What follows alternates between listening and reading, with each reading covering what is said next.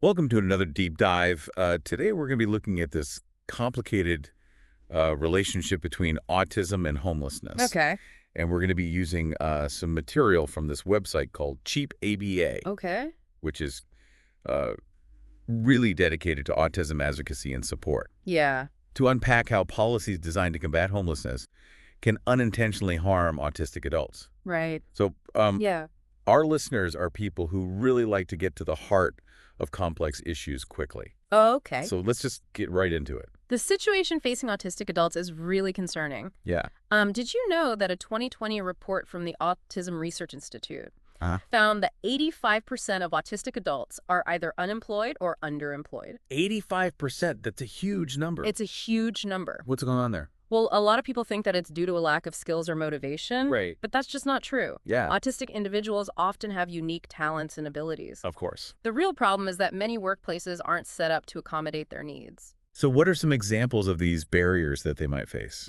Okay, well, just think about the social and communication demands of a typical office. Things like navigating small talk or understanding unspoken social cues Right. can be really challenging for some autistic people. I can imagine, yeah. And then you also have the problem of sensory overload. Right? Many offices are designed in a way that can just be too much. Yeah. Bright lights, constant noise, busy atmosphere. Yeah. All of that can be incredibly distracting and stressful. Like working in a loud coffee shop all day. Exactly. Yeah. Every day. Yeah. And simple accommodations like providing quiet workspaces or clear written instructions could make a world of difference. Right. But unfortunately, many workplaces just aren't flexible enough to provide that kind of support. It makes you wonder how much potential is being wasted because we aren't creating these inclusive environments. Yeah, and it has a direct impact on the risk of homelessness. Of course. If you can't secure or maintain employment, it becomes incredibly difficult to afford housing, food, healthcare. Right. All of the basic necessities. It's a Yeah. domino effect. And there was a study, a 2019 study in autism, that found a significant portion of homeless young adults are on the spectrum. That's right. 40% of homeless young adults in that study had a disability, and many were on the spectrum. Wow. So it really highlights the connection between these systemic challenges and the very real consequences of a lack of support. It's hard to imagine the kind of challenges that an autistic person might face if they end up in a homeless shelter, Yeah. because those environments can be so chaotic and unpredictable for anyone. They're often loud and crowded. Yeah. Lots of people constantly changing rules. Yeah, It's a recipe for sensory overload and anxiety, absolutely. which can lead to misunderstandings, Right. even dangerous situations.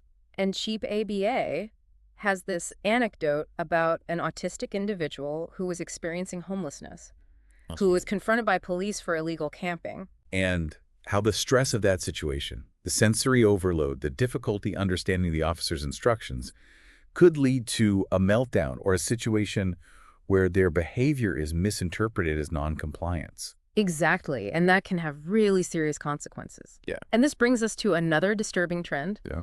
the increasing criminalization of homelessness itself. Uh-huh. Many cities are passing laws that essentially make it illegal to exist in public spaces without a home.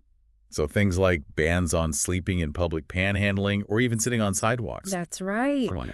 And the irony is that these laws target behaviors that are often a direct result of being homeless, Right. behaviors that can be even more pronounced for someone on the autism spectrum. So instead of addressing the root causes, we're punishing people for things that they can't control. It's a very reactive approach, Yeah. but often does more harm than good. Right. And for autistic individuals who may struggle with understanding legal nuances, these laws can be especially dangerous. Yeah, Cheap ABA talks about how difficult it is for someone on the spectrum to really decipher and follow these constantly shifting rules about what is and isn't allowed when you're homeless. Right. It's like being thrown into a game where you don't know the rules and everyone else is speaking a different language. It's a recipe for misunderstandings, fear, and even escalation. Yeah. And for someone already struggling with social communication and anxiety, the fear of being confronted by law enforcement can be incredibly stressful and debilitating. Absolutely. It creates a vicious cycle. So how does this cycle of criminalization actually worsen the problem of homelessness, especially for those on the autism spectrum? Well, let's unpack that in the next part of our deep dive. Okay, great. I'm looking forward to it. We're talking about the criminalization of homelessness and how these laws designed to address the issue can actually make things worse for autistic adults. Right. It's not just about getting a citation or a warning. Yeah. Even minor legal trouble can have these long-term consequences that make it even harder to escape homelessness. Yeah, cheap ABA really emphasized this lack of legal protections Right. Yeah. for autistic individuals. And it's not that the laws are discriminatory. Yeah. It's that navigating the legal system and advocating for yourself when you're on the spectrum can be so challenging. Absolutely. Even for neurotypical individuals, the legal system is complex Right. and intimidating. And then you add in the communication and social challenges faced by many autistic people. Yeah. It becomes incredibly difficult to understand their rights, explain their situation effectively, or avoid being misrepresented in legal proceedings. It's like being dropped into a foreign country where you don't speak the language and you don't know the customs. Right. You're at a disadvantage from the start, Yeah. and the consequences can be devastating. Yeah. Even minor offenses related to homelessness, like the illegal camping example we mentioned earlier, Right. can lead to a criminal record. And then that record can create even more barriers. Exactly. You might be denied housing applications, job opportunities, Mm. even access to certain social services. It's like a trap door that slams shut, Right. making it almost impossible to climb out of homelessness.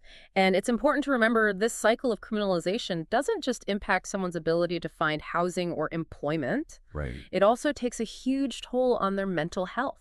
Cheap ABA was very clear about that point. Yeah. The constant threat of arrest or harassment, Mm-hmm. the fear of being misunderstood or mistreated, Right. creates this chronic sense of anxiety and insecurity. Imagine living with that kind of stress every single day. Yeah, It's exhausting and debilitating. absolutely. And for autistic individuals who might already be dealing with anxiety sensitivities or difficulty regulating emotions, Yeah. this chronic stress can be unbearable. And they might be more susceptible to meltdowns or shutdowns, which can then be misinterpreted by others, Right. leading to further negative interactions with law enforcement. It's a heartbreaking cycle. Yeah, it is. So what can we do? We painted a pretty bleak picture so far. Does cheap ABA offer any hope or any solutions?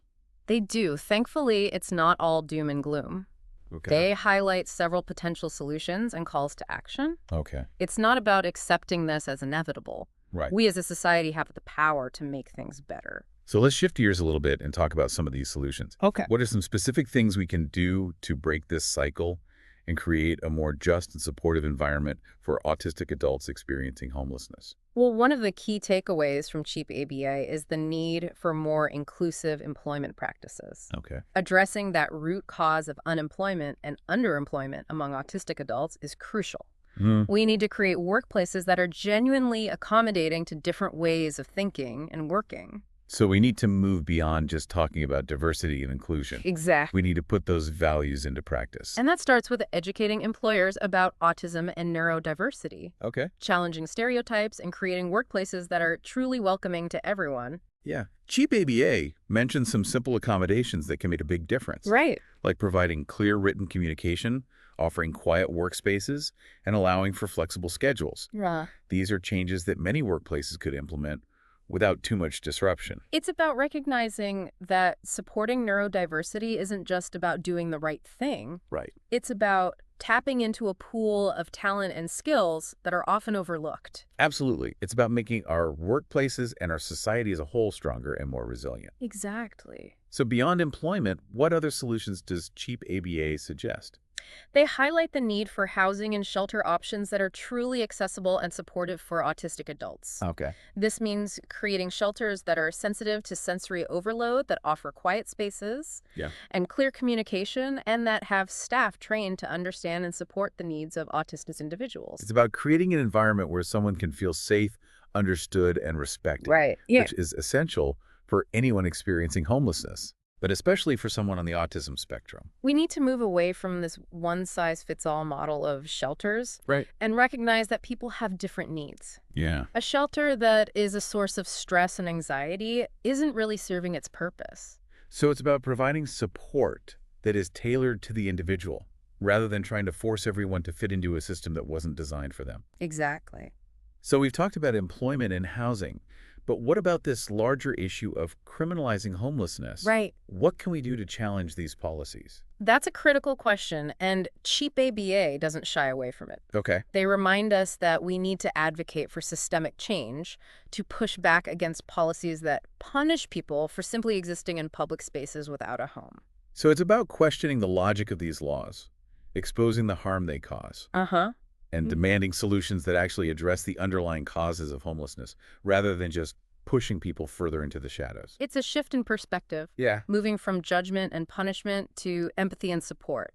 Recognizing that homelessness is a complex issue with complex causes, and that simplistic solutions like criminalization just don't work. They might make some people feel better in the short term, Right. but they don't actually solve the problem. Exactly. So how do we go about making these changes? How do we advocate for systemic change when it feels like such a daunting task? That's where we come. We all have a role to play in creating a more just and compassionate society. And that starts with recognizing that this isn't someone else's problem to solve. It's a collective responsibility. So what are some specific actions that we can take? Well, we'll delve into that more in the final part of our deep dive. Okay, I'm looking forward to it. So we've been talking about all these complex challenges that are faced by autistic adults experiencing homelessness, and how these policies that are kind of intended to help can actually make things worse. Right. But I'm feeling optimistic because we were saying that there's things that we can do to actually make a difference. Yeah, absolutely. And cheap ABA really emphasizes that even these small actions that we can take can create a ripple effect. Yeah. It's about recognizing that we all have a part to play in building a more just and supportive society. I like that. So let's talk about those actions. Okay. What are some concrete steps that we can take as individuals to make a difference? Well, I think one of the most important things we can do is educate ourselves about autism and neurodiversity. Okay, so it seems basic, but Yeah, it might seem basic, but knowledge is power. yeah. So really understanding the unique challenges and strengths of autistic individuals is the first step toward creating a more inclusive world. Right. And there are so many resources out there for that. Yeah, there are tons of resources. We can read books, watch documentaries, listen to podcasts, Mhm. and most importantly, talk to autistic people and listen to their lived experiences. Exactly, because that helps us challenge our own assumptions and biases. Right. And once we have that foundational knowledge, we can start applying it in our everyday lives. Right. So, for example, we can advocate for more inclusive employment practices in our own workplaces and in our communities. So that could mean encouraging our employers to adopt hiring practices that really value neurodiversity, Uh-huh. or supporting businesses that are known to be autism friendly. Exactly. And we can also speak up when we see discrimination or ableism happening around us. Of course. It's about creating a culture where differences are seen as assets, not liabilities. That's a really good point.